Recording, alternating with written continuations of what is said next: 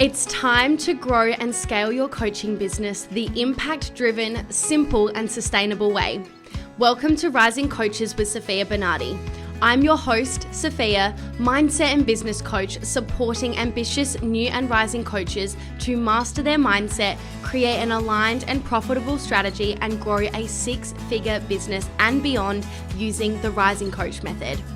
I built a $1 million business by the age of 26 in under 4 years, and I've coached hundreds across the globe to build incredible businesses that create freedom and fulfillment whilst having a whole lot of fun along the way.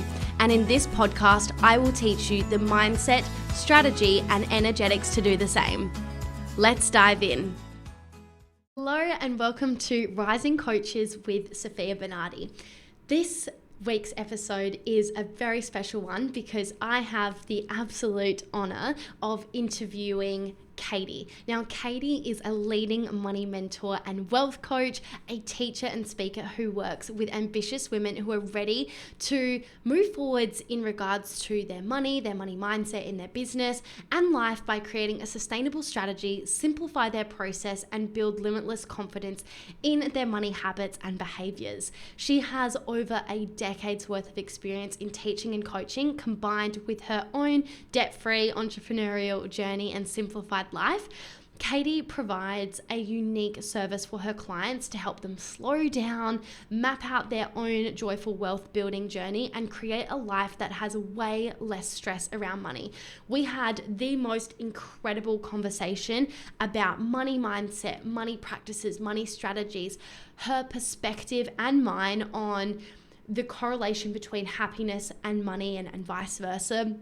We spoke into how to move through the fears when it comes to investing in yourself and why you should choose the sustainable path to growing your wealth over those quick wins and wanting to go from 0 to 100, and the long-term positive benefits it has, not only on your nervous system and how you feel in your life, but also with the results money-wise. We spoke about so many different topics, all things money, and I'm really excited for you to hear this episode to get Katy's perspective, her knowledge, her wisdom, her expertise, her energy, and I absolutely share my 2 cents all throughout the episode as well. So I'm really excited for you to go ahead and listen to this. And as always, make sure you leave a review for the podcast, subscribe if you're new here or have come from Katy's world so that you can continue to hear from me every single week.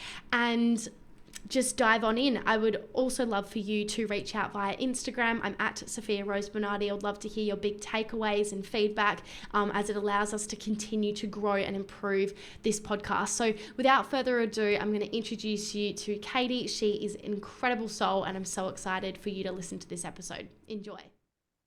Hey, Katy, welcome to Rising Coaches with Sofia Bernardi. Hi, Sofia. Thank you so much for having me. I can't wait for this conversation.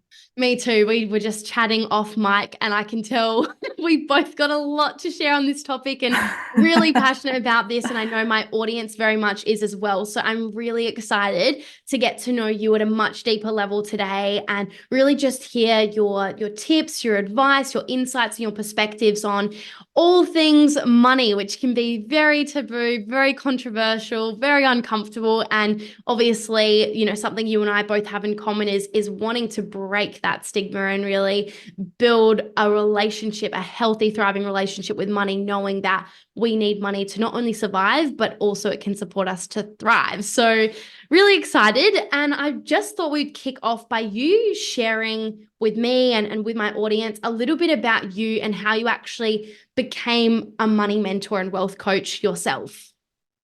Yeah. Okay. Amazing. Well, it's actually not an obvious trajectory, but whose, story of entrepreneurship is. Exactly. I started out actually as a high school teacher, and I did that for almost 15 years. Oh. And the beginning of my story is I came out of college, I was 22, got my first teaching job. And I had student loans, which are a big thing here in the States. I know Yes. we're across the world from each other right now. I'm like Katy in the past. It's still Monday here.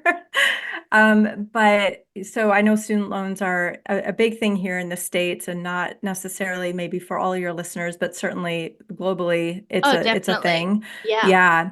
And I also had credit card debt, which I know is everywhere, right? So I had close to, between student loans and credit cards, and I had some medical bills. I was close to about $40,000 in debt at age Mhm. 22. Wow. And I was teaching, and I was making probably $22,000 a year on my sort of starter teacher salary back then. And I had this belief, I really did have this deep-seated belief that I would one day be successful with money. And I think it came from my dad, who is an entrepreneur. And so I grew up with that, like, you can be what you want, have what you want, do what you want. Like, that was embedded in all of the cassette tapes I heard in the car, and the personal development that I absorbed as a kid in the 80s and the 90s. And so I did have that belief, and yet my bank account was stressed out. I was not, meeting my requirements for saving money, for paying things on time necessarily. And if something happened with my car, like, I'd freak out. I'd have to open up a new credit card. I just was always stressed early on in my teaching career, in adulthood. And it actually, like, took me some time to realize that the two were misaligned, like this belief that I had and the actions I was taking and what was actually happening. And I finally sort of figured it out, got it together, right? Like, I decided enough is enough. I hit rock bottom, all the things. Relationships weren't going well. I wasn't taking care of my body. Like, there were just a lot of things that I think were all wrapped up in this, just things weren't going well season for me. And money is the first thing that I started really working on. It's the first thing I really focused on and made a shift around. And that a year and a half to 2 year period, when I paid everything off and started actually saving money and feeling empowered in my decisions around money, was a catalyst for transforming every other aspect of my life. And it wasn't until 10 years later that I started my business. So I kind of had that experience, and had this, like, the seed planted that I would love to help women with money someday. And someday came in my mid 30s when I had two babies, and I really wanted to leave my teaching career so I could be home more. So that's how I got there. And it felt very seamless and obvious to me. All of my coworkers were like, "Who are you to, like, go from teaching to be this, like, money coach?" Like, it was so confusing for them. But a really fun transition for me, and I have never looked back. It's been about 6 years now. I'm actually celebrating 6 years right around this time since I started Oh, my business. So congratulations. That's yeah, so yeah, yeah. exciting.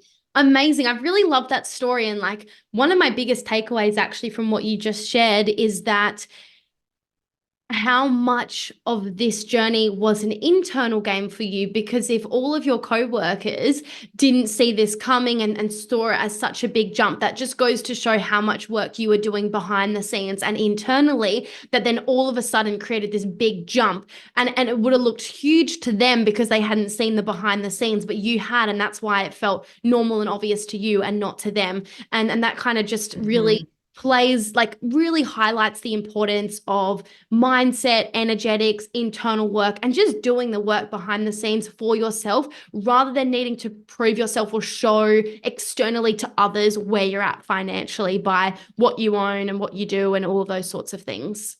Oh, 100%. And, what's really ironic too is I was working in private boarding schools here in the US, which have a lot of money, the families that are attending. And so it can be really easy as a young person in this environment, living in this kind of a bubble, really, where you think this is normal.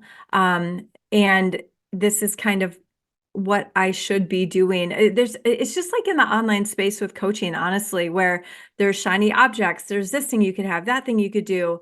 And that could have really gone badly for me, honestly, if I had not started really digging out of what kind of mess I'd put myself in and really focusing on what made me happy and what I wanted and not so much looking at what others were doing. So that's a huge piece of what I teach my clients now is really grounding in what do you want?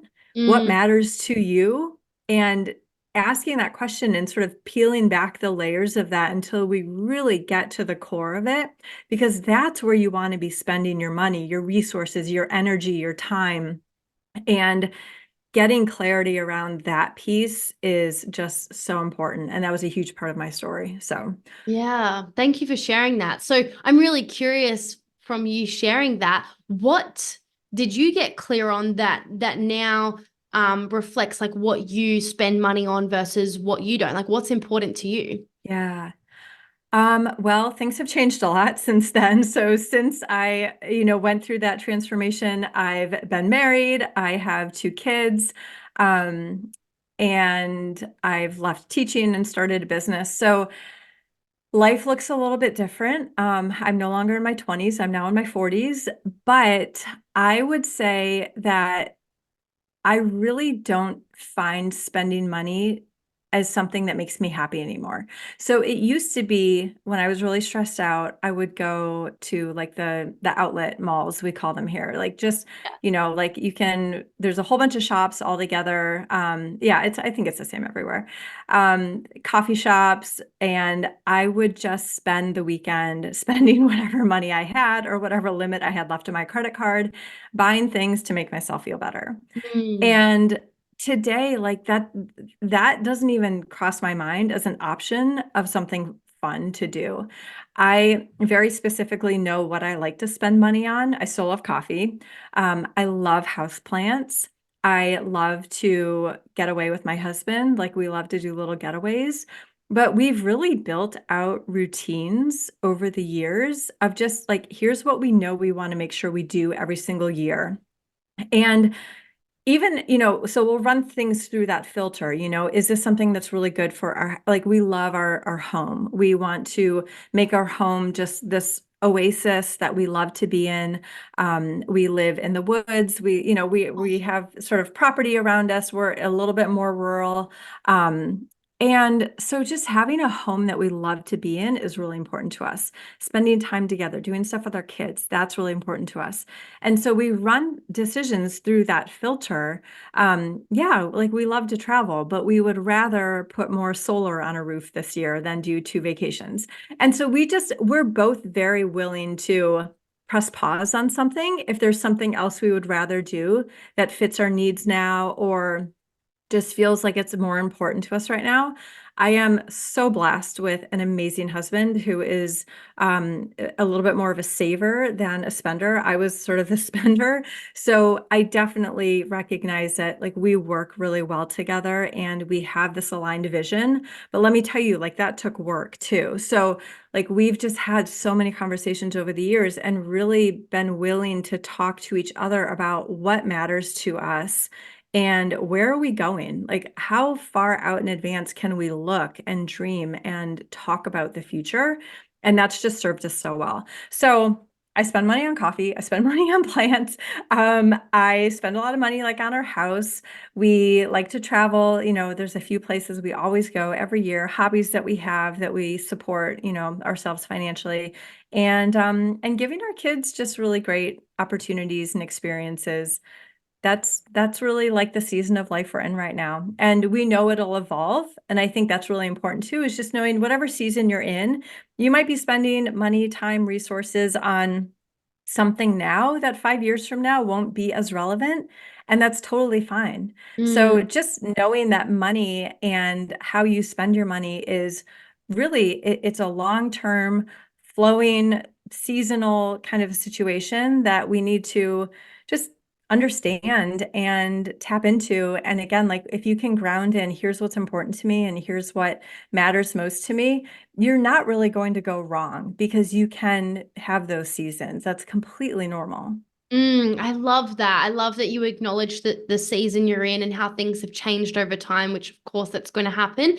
And what I'm really hearing is that I can tell that you and your husband have a great relationship and how communication is a really big piece in this because when you are in a relationship, when you have a family, it's not just you, right? It's you and your husband and your children. And there's, you've got to get on the same page and those things. And I can also hear that who you surround yourself with plays a role in who you become, right? And so with him being more of the saver, I have no doubt that that's played a role in your journey as well to becoming more of a saver as well. And so relationships important, communication's important, and knowing what it is you really want and what matters to you in the season that you're in also plays a really big role in how you get clear on what you're spending money on versus what you don't. So that's really incredible. Yeah. And I don't want anyone to feel like, oh no, like we're both spenders, we're doomed. That's not necessarily the case. I think the most important thing is just having open communication about money and something that can be really important for just couples. And I know we're not here to talk about, marriage and money, but Totally. when it comes to, having these open, again, transparent conversations with your spouse, it can be, or your partner, whoever, it just knowing and trusting that you are going to have had a different experience and that you are going to want to enjoy money differently is okay. Like just expect that it's going to be different. I think can just make it so much easier to have those conversations than going in and thinking, okay, we need to be on the exact same page. You need to be like relatively on this in the same chapter, but like you're not always going to feel exactly the same way about your partner or your spouse about money. And that is okay. What you prioritize spending on or what you want to prioritize spending on, if you can accommodate each other and, support each other to spend money in the ways that you want to, even if it doesn't fit necessarily your filters, oh, you're going to be so much happier in the long run. I love that. And I can really hear that the things that, you spend money on are things that really light you up and bring you so much joy. So I'm really curious to bring up the conversation around money and happiness because I hear both opinions going around. I hear people saying money doesn't bring happiness, and then I hear people have the complete opposite opinion of money absolutely contributes to happiness. And I would just love to hear like your take and perspective on this because I'm sure that there's a middle ground of like to an extent it absolutely supports you versus it doesn't and so forth. Yeah, well, a couple of things I'll say about that. One is I know people with a lot of money who aren't happy, and I Mhm. know a lot of people with money who are happy. Yeah, this is And my perspective as likewise, well. yeah, I mean, and likewise, I know people who don't have money who are happy, and those who don't have money who are unhappy. So it's like all of the options exist. What is sort of the trend? And I know I just saw this either today or yesterday. For a while, there's been a study that's been shared quite often about, and I think it was done in the United States, but basically around that $75,000 mark is where, until you hit that point, annual income, there's a direct correlation between the amount you make and how happy you are. And then the study said that at about that $75,000 USD mark, you no longer get happier with the more money you make. Well, there's a new study that says that's completely false. So there are definitely conflicting views on this, conflicting research on this, and I haven't had time to look at the newest one. I literally just saw it today. And so I honestly don't really put a whole lot of stock in whether or not money is going to make us happy or not. There's a Mhm. lot of religious beliefs around money and stories that people have, come up with too. So I really like to like almost shed all of what others are saying and sit down with my individual client and say, what is your experience? What has been your experience? Were you raised with money or not? And what was it like to be raised with money or not? Because a lot of times, I'll have a client who was raised with quite a bit of money, but nobody ever talked to her about money. And so there's this sort of negative feeling about having money and not understanding it. Mm. On the flip side, people who were raised without a lot of money, and there's a lot of pride in what they were able to do without it.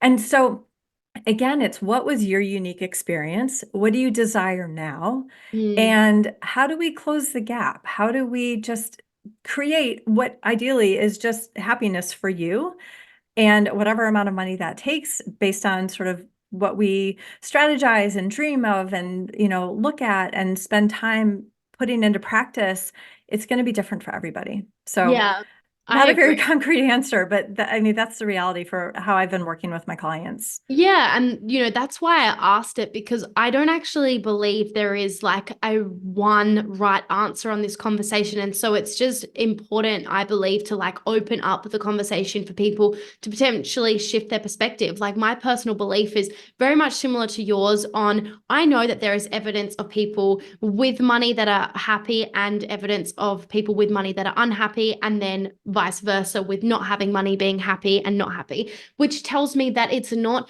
just about money that dictates happiness. Do I believe though that it can certainly play a role? Absolutely. I know what it's like growing up not having money and how that causes stresses in, marriages and family dynamics, and how it can tear people apart. And again, money's not the Yes. cause of that or the only thing of that, but it absolutely plays a contributing role. And I now generate, a pretty solid income, I would say, for like my age and where I'm at. And I have more money that I kind of know what to do with at times.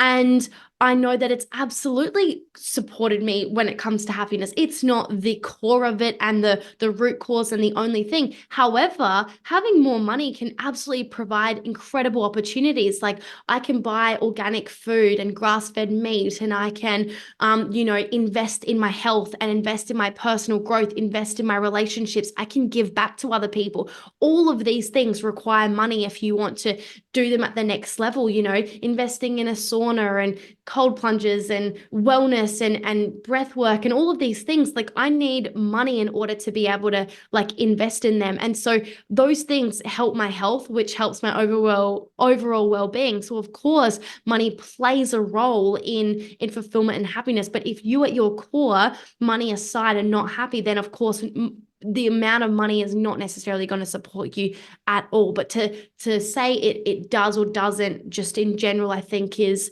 where people go wrong. It's like they block themselves, that they'll label money as bad, and therefore they block themselves of opportunities of creating more wealth and security and abundance, and vice versa. So I think it's an important conversation for people to hear like different perspectives of like maybe money isn't all bad, or maybe it's also not all good and the be all and end all, and having that nice balance of like, again, going back to what you said of like, what is important to you and what role does money play in that?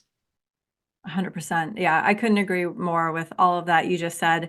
And I think it's just a really good, example too, like how you're listing out the ways you want to invest in yourself and, do good in the world. Like I think that's an element of happiness too, is Yeah, a exactly. desire.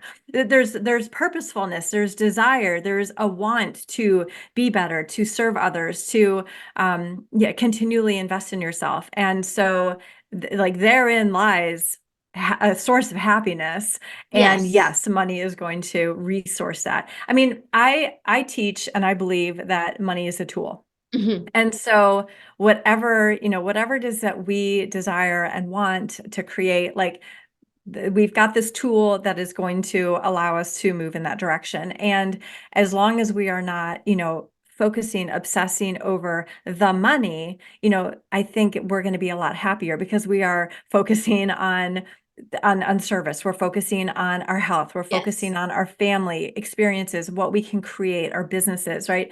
So, where does your focus lie is really Mhm. important too. And, money, it's just a resource. It's just a Yeah. tool. Yeah. And I think we can sort of remove a lot of the charge around it for people who do feel very charged around money by just thinking of it that way. Yeah. Um, Something I have referenced before just in my group and on the podcast is, thinking of money as a tool, right? So I used to be really horrid at using a hammer, right? Like I didn't know if I was going to hit my finger or the nail, like just wasn't consistent at all. And, in the same vein, there are some tools, bigger tools, power tools. My husband was using a chainsaw yesterday. Like there are some tools that could be dangerous if you don't know what you're doing. But learning to use the tool, right, can take away a lot of that fear and a lot of that sort of charge around it, to the point where like it can build you something gorgeous. It can really transform a space or make something new. And it's the same with money. It's like once you learn the basics, once you learn how to handle the tool, once you learn how to really utilize it and be efficient with it, the way you swing the hammer, there's an efficient way to do it so you don't burn out and cause accidents. It's the same with money. So I just think that's kind of a fun visual, Yeah.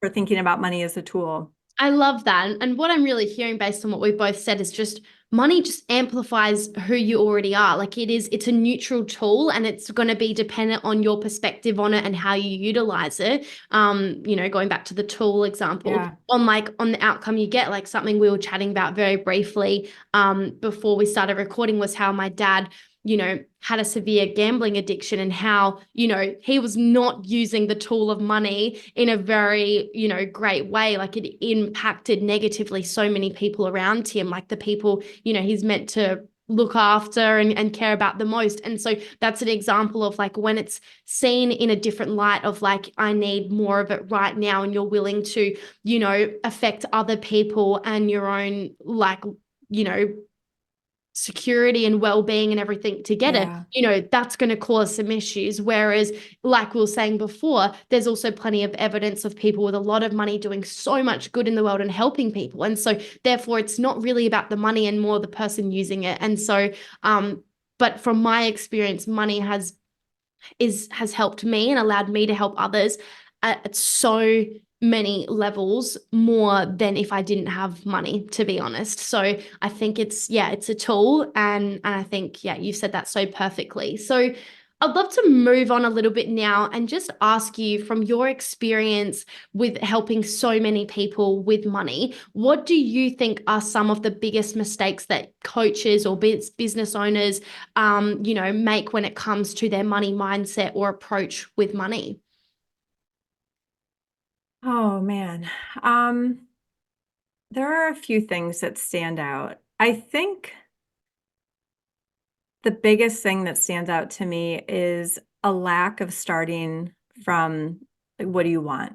Right. Mhm. So that question of what matters most to you and what do you want? I think a lot of what we see and again, I don't know what all the coaches are doing behind the scenes. I see a lot of marketing, Yeah. right?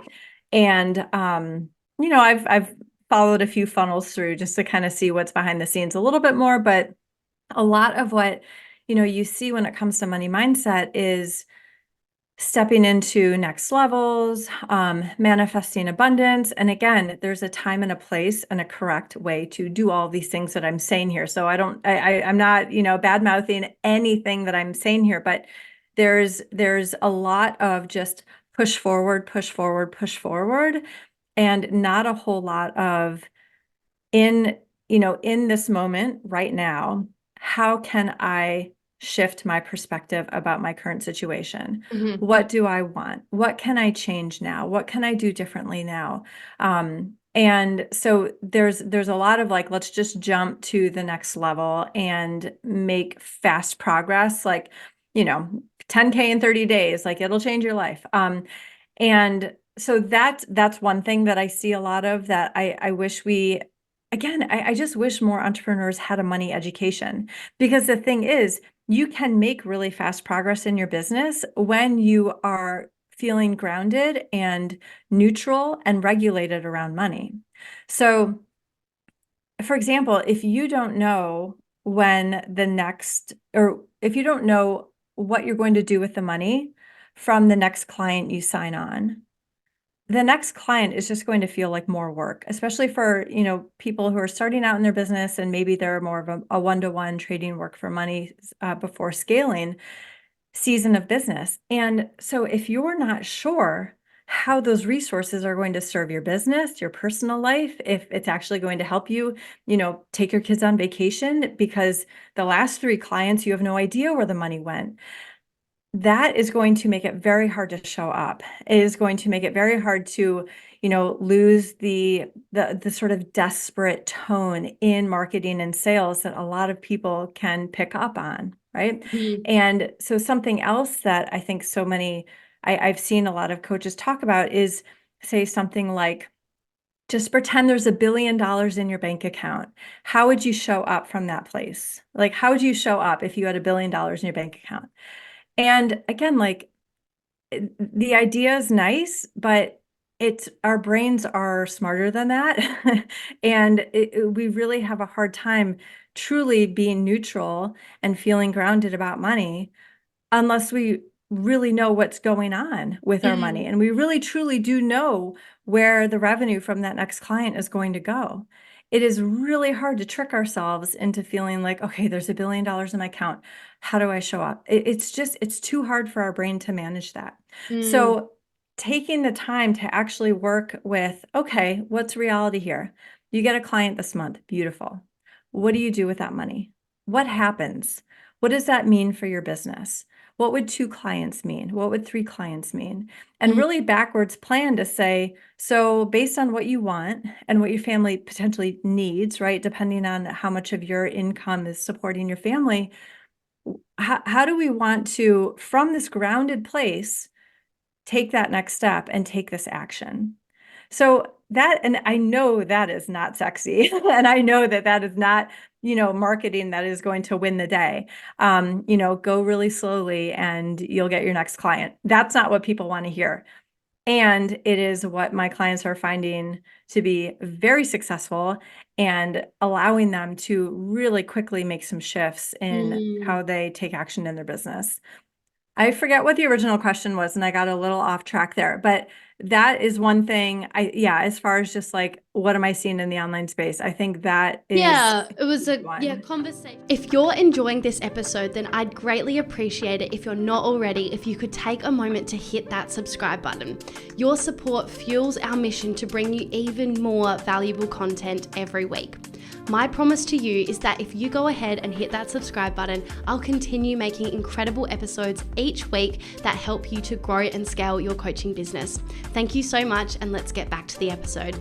In the online space, I think that is It was a one. conversation around like some of the bigger mistakes you see coaches and service-based Okay, yeah. businesses make when it comes to money. But that is like a really good point, what you just shared. And what comes up for me here is that you're really talking about being intentional. Like if you're just, like trying to get a lot of money, but you have no intention of like, what are you gonna do with it? How is that going to provide for you? Then you're going to just see a new client as like more work. And if that's really your subconscious lens, then you're actually going to block yourself from bringing in more clients and more work, because why would you want to just add more to your plate if there's no return or growth that comes a result of that? So I think there's a lot of subconscious blocks and self-sabotage patterns that come up in this process. And I see it all of the time. So thank you for sharing. Like, even for an example, like sometimes I'll ask people like, how much money, like what's your financial goal like within your business? And they'll say, I want to make $10,000 a month. And then the first question I ask them is like, what are you like, first of all, like, what are you going to do with that money? And second of all, how many clients is like, do you need to bring on $10,000? They have no idea. Yeah. They have not worked out how many clients that is. Do they have capacity for that? Do they have the time, the desire, the systems for that? Like, I was even having a conversation with someone yesterday who said that they want 100 clients this year and they're currently at 1. That is such a jump. They have no idea what that looks like financially either. They've just pulled this number out, which is okay. There's no judgment if this is you right now listening to this being like, oh no, I say that. I say I want 10K or 100K or this and that. It's fine. We've all been there. And like what I'm really hearing you say, Katy, is that it's so important to be intentional, like know your numbers, know what you're going to do with those numbers, and ask yourself if that really feels aligned. And that big intentionality piece is going to be really key. Well, here's another thing that's coming up for me with both the business journey and the financial journey. So I'm just thinking back to my own journey, paying off that debt those years ago. is that you really don't want to bypass the journey. I Mm, mean, you really don't want to skip the lessons so and true, so true. who you become, right? And so I like when you think about, your client who has one client and wants 100, it's like, what how much could she learn this year if she consistently got 3 new clients a month? Like, and put those structures in place and had the messaging that just, spoke to her ideal client. And I mean, all the things that I know you're doing so beautifully with your clients. Like, what if this year, like, that was the focus? Yes, Oh my that's gosh, like exactly what I the said to her. I was like, let's focus on getting you 5 clients right now. yeah, Instead of thinking, like, I'm all about big goals. Like, I set really big goals that scare the living daylights out of me. And I'm all about being stretched. And I'm also about being intentional and being realistic with the season you're in and where you're currently at, because you don't want to skip the lessons. You don't want to jump so quickly that your whole body becomes dysregulated and then you self-sabotage and get yes, into an even worse situation, because like you just said, like, it actually happens so often. So I said to her, I'm like, let's get you 5 one-on-one clients and then reassess from there. Can you hold another 5 clients? What actually needs to shift there? And that way she's not going to feel like her goal is always a billion miles away, because there's a big difference yes, between one and like 100 different people in your space, from a time component, an energy component, a systems component. All of those things play a really huge role. And being clear on that is so important. And if you set these really big goals without the clarity on how many, like, what is that financially? What am I going to do and have to put out to actually receive that in return? Then you constantly feel like you're so far away from what it is you want, and that can make it really difficult. And so it was really grounding for her to be like, true, like, let's focus on like one step at a time and reassess from there, because she may realize after 5 clients, actually, I do not want any more than 5 clients. I'm just going to increase the pricing so that I can do this and work closely with less people, rather than just, the number 100 sounds good, or 100K sounds good, or 10K months sounds good, because you hear every other business coach referencing that. Like, yeah, there's no intentionality there. People are just saying this number because that's what they think they're meant to want based on what they hear other coaches say. And in regards to what you just mentioned around, you don't want to skip the lessons, it's really sad how many people I've seen that are actually money mindset coaches or business coaches or just other coaches who have had these big jumps. They've had these big leaps where they've gone from 0 to 20K months, and then they've come crashing down the following month because it was too big and different from what their reality was, that they spent all of the money and more and have never recovered since, because then their brain has this negative connotation around, this yes. is what happens when I earn money, therefore let's not earn more money. And it's really sad. Like, I know some of those people now are not in business or are on something that's called Centrelink here in Australia, where the government is providing for you financially and things like that. Like, that's where it can go if you skip the lessons and you don't Yes. implement the money mindset along the way.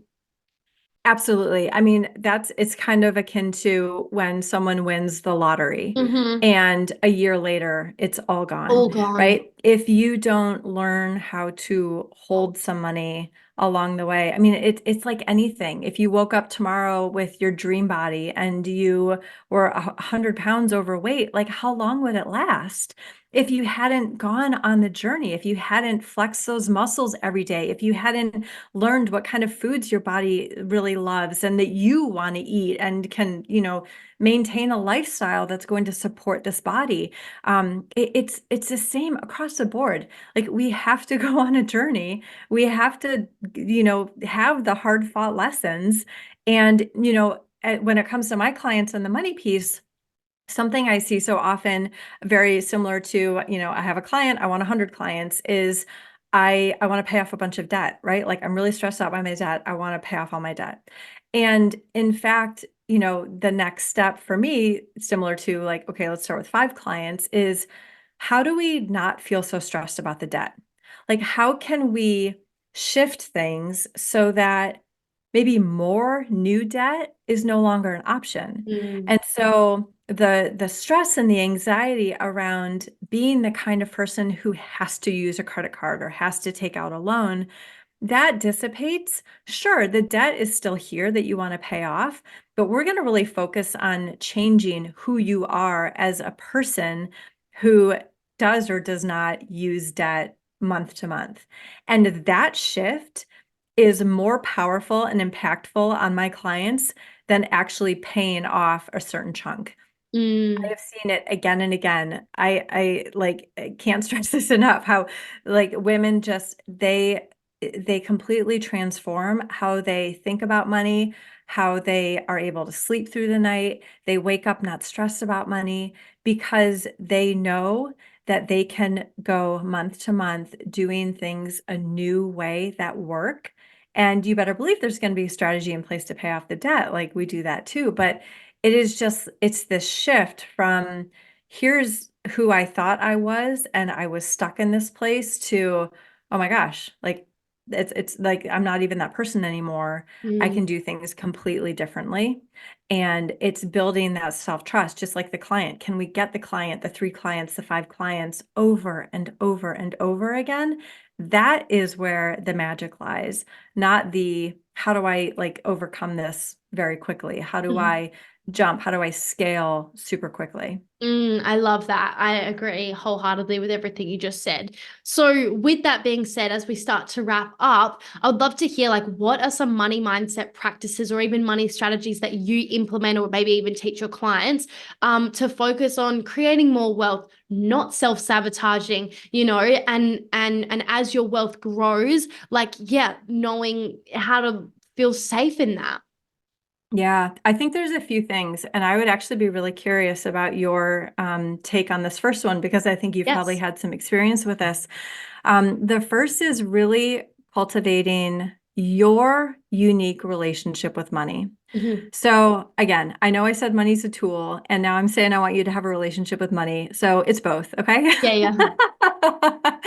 It gets to be both. But what I find is that so many people absorb or borrow someone else's relationship with money. Mm, So a parent, a sibling, a spouse, a mentor, a friend, whoever it is. Very few of us have actually taken the time to cultivate a relationship with our money our way, right? And again, it's back to that question, what do I want? What do I want my relationship with money to look like?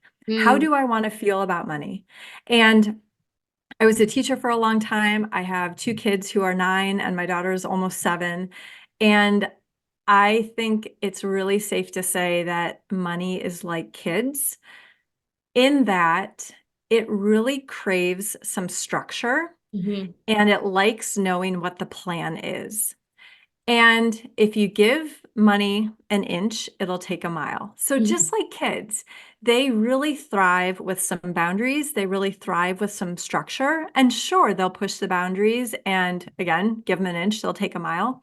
But without any boundaries and without knowing that there's some authority watching out for them, they are not safe. They are really just dysregulated. And it's the same thing with your money. So, mhm, can you cultivate your own unique relationship with money and shed whatever relationship you have picked up from others?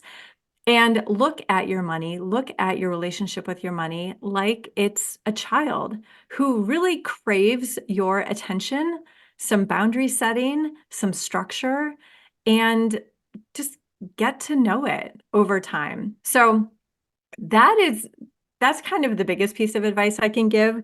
A very practical, I guess, easier one that people are like, can go and implement without doing the mindset stuff yeah, yeah, yeah. is before you spend any money in the month, have a plan for what you want to do with it. I Mhm, love that. I think that is a really, really powerful, just thing to live by. A lot of people like to look back and see what they did, right? So accounting, what did we spend last month? Where are we? What was last month? What was last month, right? But I really want you to spend more time looking at what's coming next month. What's my plan for next month? What do I want to do with my money next month? mhm. And prime your brain and prime your money for that plan. Um, And those are two of the biggest of there's three. The third one, but those are two of the biggest ones, I would say. The third one is, again, going back to what do you want and how I spend money and all of that, is just get comfortable spending money in a way that makes you happy without guilt and without shame. Mm, So I think a lot of women I talk to, a lot of women I work with, they want to spend money on themselves and they just never really end up feeling that good about it in the end.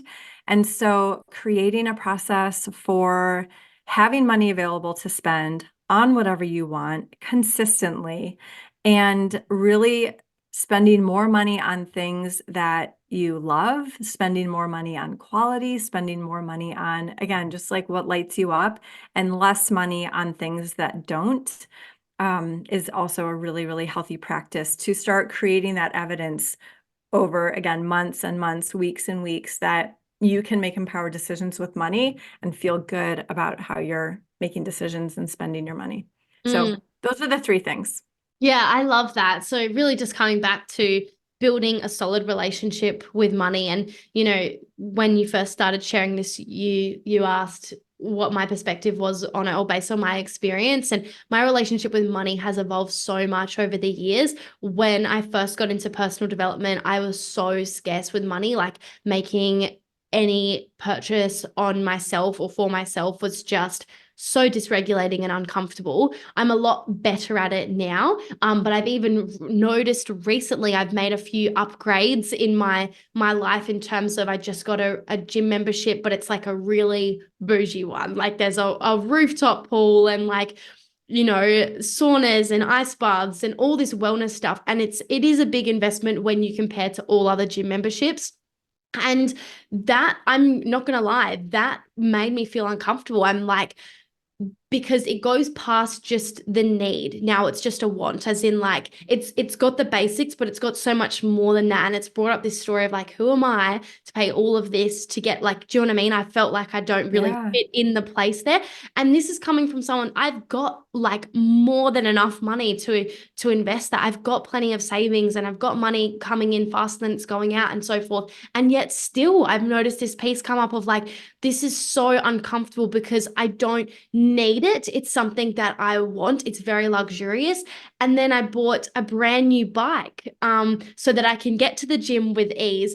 And again, I'm like, I could have bought a secondhand one. Like you can get it for so much cheaper secondhand. And I've just gone and bought a completely new bike. And I've just noticed these random things come in as I've improved my lifestyle. Like I have when I go traveling, I have a business lounge so I can go in and there's food and drinks while you wait for your flight and stuff like that. Stuff that are like not necessities, they're like luxury pieces. And even having the money there doesn't seem to, like, there's still this narrative, and I find it very interesting to observe as I like slowly make that more of my normal. And so I've gone through this whole journey of like not having money, seeing how money's broken apart families, and then being very scarce with investing in myself or doing anything nice for myself whatsoever, to now I have a beautiful relationship with money and I love money. And I see all the benefits it has. And yet, as I like go to these new levels sustainably and slowly, and I make new and different decisions, I watch my body react to that and the discomfort I have to go through when making these decisions of who am I to spend this kind of money on myself. Yeah. And that's totally normal. Mm, I do too. I mean, and I think stretching in any way, and not just with money. We just, we're creatures of habit and we need that time to adapt. yeah. And it's kind of like a brand new world for women to be experiencing this Mm, kind of ease with money and being able to spend money and having access to, the bouginess, on your own independently. So, the not too distant past, like this just wasn't an option for women to do on their own. So true. we are literally rewriting the way women can move through the world with money. And there's just a lot of old stuff, I think, that's, passed on generationally, culturally, systemically. And you're a trailblazer, and stretching into this, like for so many of us, it's part of what our generation of women, of entrepreneurs, must do for the Mm, future, as uncomfortable as it is sometimes. And again, like that's not maybe the sexiest answer, but I think like there's just a lot of work that we get to do for yeah, future generations, and we have to do because of past generations. So, yeah. um, I think it's all sounds very exciting. And, you can always take the time to say, okay, so run it through my filters. What's important to me right now? Mm. Clearly health is for you, right? Like that's come up so many times. And like, okay, so health is a non-negotiable. Um, Exactly. And that's as why I long as, haven't let the discomfort stop me. Like I've still made the investments, right? And yeah, I am just breathing through it and I'm so aware of what my brain is doing and I'm just sitting with it. I'm not reacting to it. I'm not doing anything about it. I know my values. I know what I want to spend money on. I know that the return on investment is greater than what I'm spending. I can justify it. And there's still this discomfort piece because it's not what I was like immune to from my childhood of like yeah. doing that sort of stuff. So I just literally witness it and I don't judge it and I just acknowledge it and I still move towards what I want. But it's been so fascinating for this to happen to me recently and just see where my brain goes. It makes me very curious. So thanks for I validating. love it. Yeah. Thank you for sharing. Thank you for sharing that. I love it. Absolutely. One last question before get you to share with everyone, where people can find you and how they can work with you. I know that because you obviously help people with their money mindset, I can imagine that you are sometimes having conversations with people that are really scared of investing in themselves or even investing in you, for example, because it's a purchase on themselves. How do you help people that are in not such a great money mindset state in the beginning to take that may potentially initial leap to actually work on their money mindset with you? Yeah. Honestly, sometimes it's hard. Mm, Because I do talk to a lot of people who have some pretty intense stories with money, and a lot of women who just say like, I just don't know where my money is going. So it runs the gamut of kind of how much is just, okay, we need a practical lesson in how to manage your money versus there's a lot of trauma and this is going to take some time. mhm, So I really like to get a sense of, is money something that you really want to focus on right now? mm, And I've gotten pretty good at that. Um, for some women that I work with, focusing on their money is not the first place. There is other work they need to do first.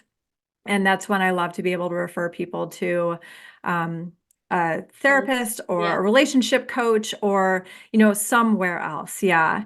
And if they do choose to work with me, right? If we do go on that journey together, it's like I said earlier, I really want to go for the quick win when it comes to how we're thinking about our current situation with money and just bringing a little bit more peace and a little bit less stress to the day to day and what is happening.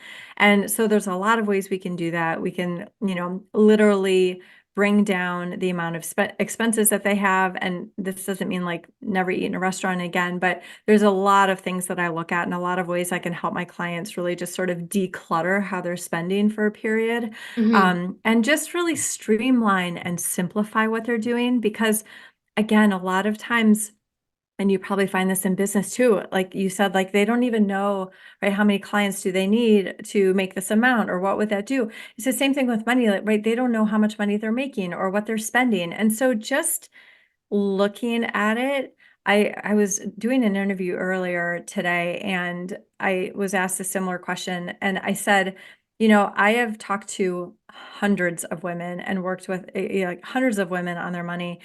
And I have not once had a woman go from, I'm not really sure what's going on with my money, and then look at it, like actually look at it with me. I've never had her say, okay, it's worse than I thought.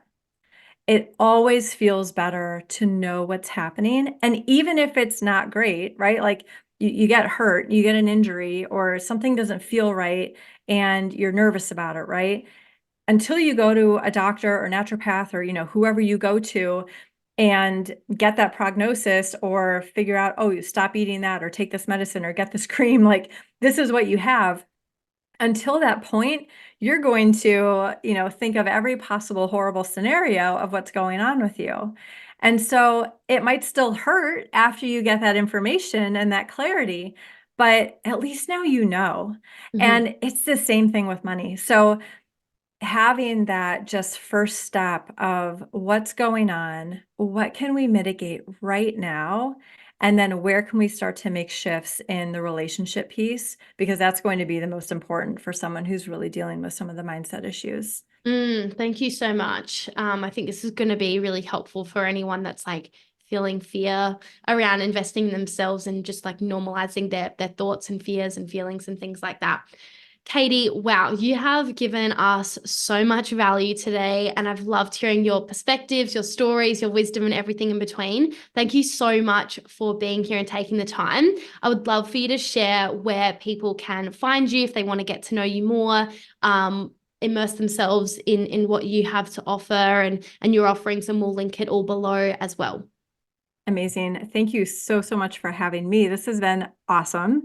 I too have a podcast, Messy to Magnetic, and that is a really great one. It's a combination of short episodes where I share just lessons that my clients are going through, that I've gone through around money. And I also do some interviews. So stay tuned. You'll hear from yours truly, Sofia, here pretty soon. And on social media, I am on Instagram at Katy_Almstrom. If you prefer Facebook, I do have a group there, Net Worth Woman.